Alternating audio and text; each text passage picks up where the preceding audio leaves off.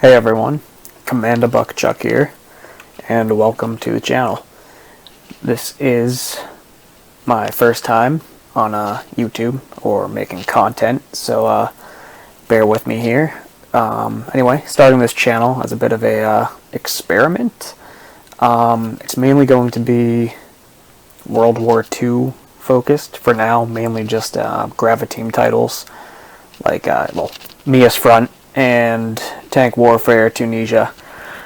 So the thing that brought me to these games is, well, they're World War II based games, and I very much enjoy World War II era history, gaming, books, the history, and all that stuff. So coming across these two titles, I've found a lot of enjoyment in playing them, and well, I imagine some of you do too if you're here watching the video. I do have a little bit of military experience myself, so I try to play the game in a tactical mindset, but by no means am I that great. I just like to have fun with it, and I'll post these videos and get some thoughts on your guys' tactics and whatnot, and hopefully can all learn a little bit. But anyway, I'll show you today a few things in the battle editor, because there's a lot of features in there that people don't seem to know about, how you can edit the groups and chain of command structure and things of that nature. And I like to use the battle editor a lot to experiment and kind of try different modifiers and commands and figure out how the engine works, because it's a little tricky sometimes, but also have a lot of fun. So we'll jump right into it.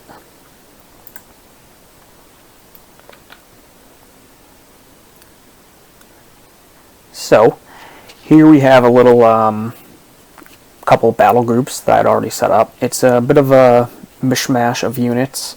I set it up for the Germans, who we're going to be playing as, to be defending. So to mess with your battle settings here, you would go right here, the little gear on the left-hand side, change battle settings, player side Germany. It's all pretty self-explanatory, but set myself to defense and set the combat mission of the enemy to attack. So they're going to maneuver on our defense, attack our defenses. And I believe, since I put it to capture flags, they should go for the key points on the map. You can mess with this to go minimal casualties, mission objectives, etc., which I'm not entirely sure how all of them work, but I like to play capture flags. And I did all available units, that way you can select almost the entire game's library, which I'll show you in a sec. What else? Gave us some boosted ammo, because I don't want to run out of ammo during the video, and gave us some dug-in prepared trenches. Go back to the map.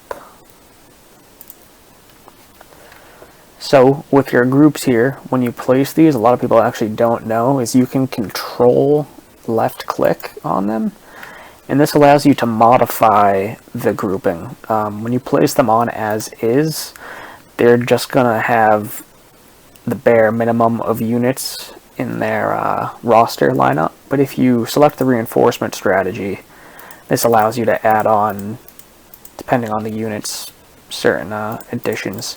And I like to leave it as fixed, that way I know what I'm getting, but you could also do random, and you'll click through a few times, and occasionally it'll mix up an ATR to maybe a another small pack gun, something like that.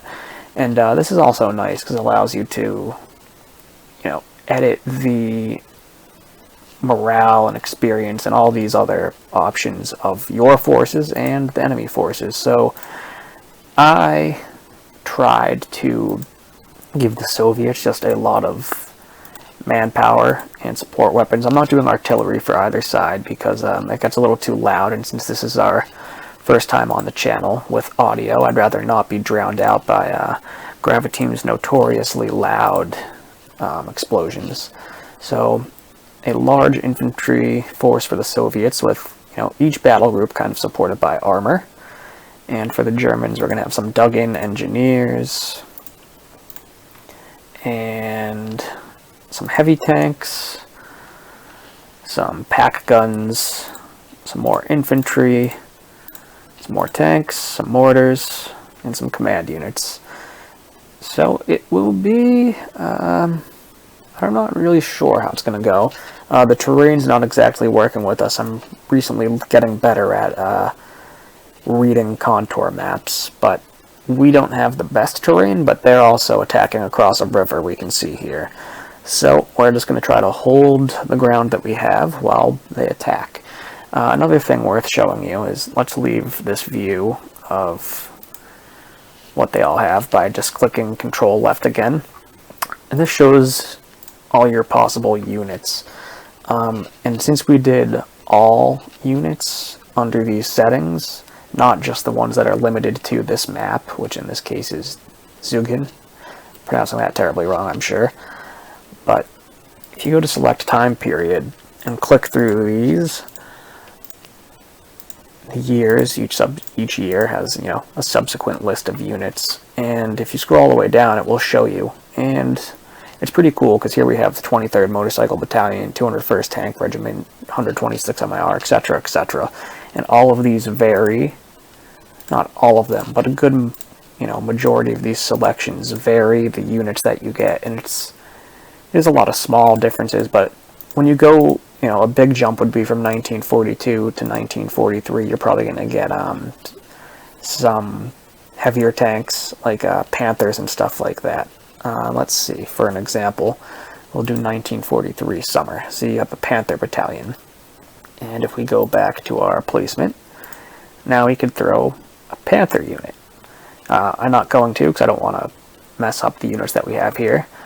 But say we wanted a Panther thing, we would just click that, left click here, and we would remove this engineer unit, and there'd be a Panther unit there. You can't see what's in before you place them, which is kind of unfortunate. So you have to place things on the map before you can control left click and see what they're composed of. But it's fun because you can mix in, say, a Panther and go way back, probably not to 1939, but 1941. And now we could throw in early war units, which is, not historical, but pretty fun, pretty unique that you can mix these up. So you have Panzer IVs here with the short barrel, probably some Panzer IIIs or Panzer IIs in that group.